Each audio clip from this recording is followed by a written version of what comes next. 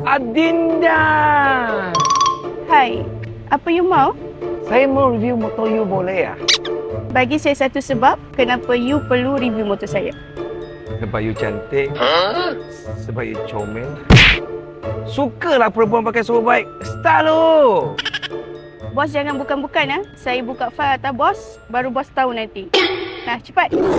Sportsnaker keluaran kebanggaan Yamaha yang memegang gelaran King of Torque yang perempuan hebat saja mampu kendalikan. Oi, jangan suka hati pakai skrip sendiri. Pakai balik skrip yang aku bagi. Yang rider hebat sahaja mampu kendalikan. Yamaha MT-7 guys. Dengan enjin 689cc, double aircon twin cylinder liquid coolant, fuel injection, 6-speed transmisi dengan 73 horsepower dan 70 Nm torque. Top speed dia 220 saja, bos. Oi, kalau saya boyfriend you saya takkan benarkan you bawa laju macam tu tau. Kecuali dengan saya. Kalau bos nak jadi boyfriend saya, bos kena kejar saya dululah. So guys, motor yang memegang gelaran entry level untuk big bike.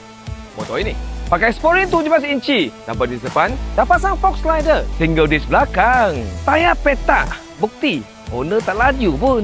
Dah pasang windshield depan, adjustable brake and clutch lever, side mirror, handphone holder, engine cover GB Racing, signal belakang, signal depan, semua supporter TikTok. Biasalah bos, berjimat cermat, amalan mulia, kan?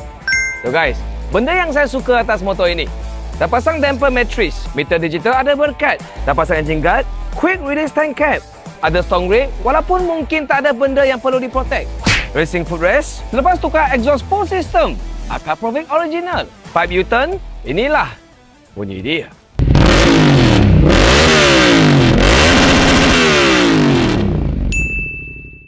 Wah, ini baru motor. Okeylah bos, malam ni jom genting, kita tengok siapa lagi laju. So guys, like, follow, comment, share untuk review motor seterusnya.